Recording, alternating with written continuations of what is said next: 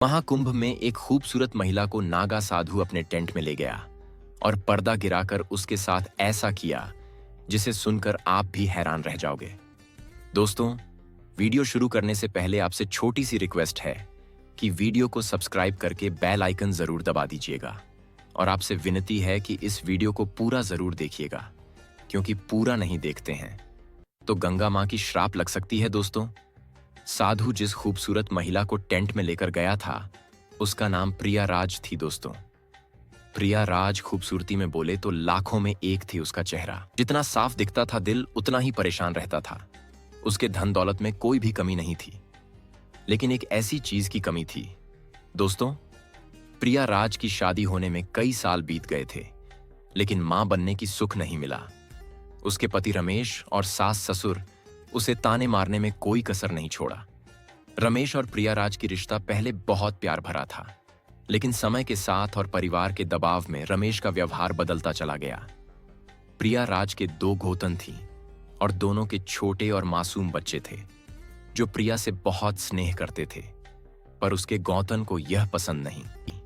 वह हमेशा अपने बच्चों को डांटती और कहती, प्रिया चाची के पास मत जाया करो, तुम्हारी नजर लग जाएगी। यह सुनकर बच्चों का मासूम सा चेहरा उतर जाता और प्रिया के दिल में एक और दर्द हो जाता। दोस्तों, प्रिया के जिंदगी में सुकून की कोई कोना बाकी नहीं थी। उसने भगवान विष्णु और माता लक्ष्मी की पूजा में कोई कसर नहीं छोड़ी थी। हर दिन वह मंदिर जाती, व्रत रखती और संतान प्राप्ति के लिए प्रार्थना करती, पर भगवान की तरफ से कोई जवाब नहीं आया। तो दोस्तों, घर वालों के तानों ने उसके दिल को और घायल कर दिया। दोस्तों, रमेश भी खुलकर कहने लगा, प्रिया, तुम्हारे शादी हुए काफी दिन हो गए हैं और तुम्हें कोई संतान नहीं हो रही है। हमें अपनी वंश को आगे बढ़ाना है। तुम मां नहीं बन सकती तो तुम्हें यहां रहना बेकार है। सास हमेशा ताने देती थी, तुम तो मनहूस निकली। यह ताने सुनकर प्रिया का दिल चूर चूर हो गया। तानों की सारी हदें पार हो गई तो उसने निश्चय किया कि अब मैं गंगा स्नान करने के लिए महाकुंभ जाऊंगा, यह सोचकर कि मां गंगा मेरी प्रार्थना सुन लेगी। महाकुंभ का माहौल अनोखा था। लाखों लोग गंगा में आस्था की डुबकी लगा रहे थे। हर तरफ मंत्रों की गूंज, भक्ति भाव और रंग बिरंगी साधुओं की डोली थी, पर प्रिया के दिल का दर्द इन सब से अलग ही दिखाई दे रहा था। उसने गंगा में स्नान किया और मन से प्रार्थना की है, मां गंगा, मुझे वह सुख दो जिसे मुझे वर्षों से तलाश है। स्नान के बाद प्रिया थकी हारी अपने टेंट की ओर लौट रही थी। तभी उसे रास्ते में अजीबोगरीब दिखने वाला नागा साधु मिला। उस साधु का नाम रघुनाथ बाबा था। उसके शरीर पर भस्म लगी हुई थी और जटाएं बिखरी हुई थीं और आंखों में एक गहरा तेज था। उनका चेहरा गंभीर था, पर उसमें एक रहस्यमय आकर्षण भी था।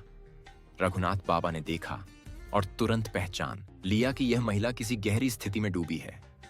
उसने प्यार भरी आवाज में कहा, बेटी, तुम्हारे मन का बोझ तुम्हारी आंखों पर साफ दिख रहा है। तुम क्यों इतने उदास हो? प्रिया पहले तो घबराई, फिर उसके चरणों में गिरकर रो पड़ी। उसने अपने जीवन की सारी परेशानियां बाबा के पास रख दी। रघुनाथ बाबा ने बोले, बेटी, तुम्हारी सारे परेशानियों को मैंने पहले ही देख ली है। यही तो महाकुंभ की शक्ति होती है, जब ईश्वर अपने भक्तों की पुकार सुनते हैं। बाबा बोले, चलो मेरे साथ। प्रिया थोड़ी सी घबराई, लेकिन बाबा के चेहरे पर ऐसा कुछ था जिसने उसे भरोसा दिलाया। वह बाबा के पीछे पीछे उनके टेंट तक गई। टेंट के अंदर का माहौल अनोखा था। दीवारों पर तंत्र मंत्र के प्रतीक चिन्ह थे। हवन कुंड जल रहा था और एक रहस्यमय खुशबू फैली हुई थी। बाबा ने प्रिया को नीचे बैठने को कहा और खुद हवन के सामने बैठ गए। उन्होंने मंत्रों की उच्चारण शुरू किया। हवन में मंत्रों की ऐसी शक्ति थी कि टेंट में एक भयानक रोशनी फैलने लगी और रोशनी में इतनी शक्ति थी कि प्रिया की आंखें बंद हो गईं और उसे महसूस हुआ कि वह दूसरी लोक में पहुंच गई है, जहां बहुत सारे खूबसूरत लोग रहते हैं। वहां एक बाबा ने उसके माथे पर हाथ फेरा और एक ऐसी शक्ति प्रदान की जिसे प्रिया देखकर दंग रह गई। बाबा का मंत्र समाप्त हुआ। प्रिया ने आंखें खोली। बाबा ने प्रिया को भभूत और मंत्र दिए और बोल, इसे अब प्रत्येक दिन चलाओ और मंत्र का उच्चारण करते रहो। गंगा मां की कृपा से तुम्हें संतान की प्राप्ति जरूर होगी। दोस्तों, प्रिया वहां से अपने घर चले आए, लेकिन प्रिया के घर वाले उसे 2 दिन तक कुछ भी बात नहीं किया। 2 दिन के बाद उसके पति रमेश उससे पूछा, तुम इतने दिन कहाँ गई थी? तो प्रिया ने जवाब दिया, मैं महाकुंभ स्नान के लिए गई थी। वहां एक बाबा मिले जो यह कुछ भभूत और मंत्र दिए हैं। इसे प्रत्येक दिन जाप करने को कहा है और यह भी बोला है कि इसका जाप करने से तुम्हें संतान की प्राप्ति अवश्य होगी। दोस्तों, रमेश को यह सब विश्वास नहीं हुआ, परंतु रमेश ने सोचा, चलो कुछ दिन देख लेते हैं। कुछ दिन के बाद प्रिया को अजीब सी महसूस होने लगे। उसके शरीर में बदलाव आने लगे। जब उसने डॉक्टर से चेकअप करवाया तो पता चला कि उसके पेट में संतान की प्राप्ति हुई है। दोस्तों, यह सब सुनकर रमेश और उसकी सास बहुत खुश हुए। तो दोस्तों, यह थी आज की कहानी। आज की कहानी आपको कैसी लगी? कमेंट में जरूर बताइएगा। फिर मिलते हैं अगले शानदार कहानी के साथ। जय हिंद, जय भारत।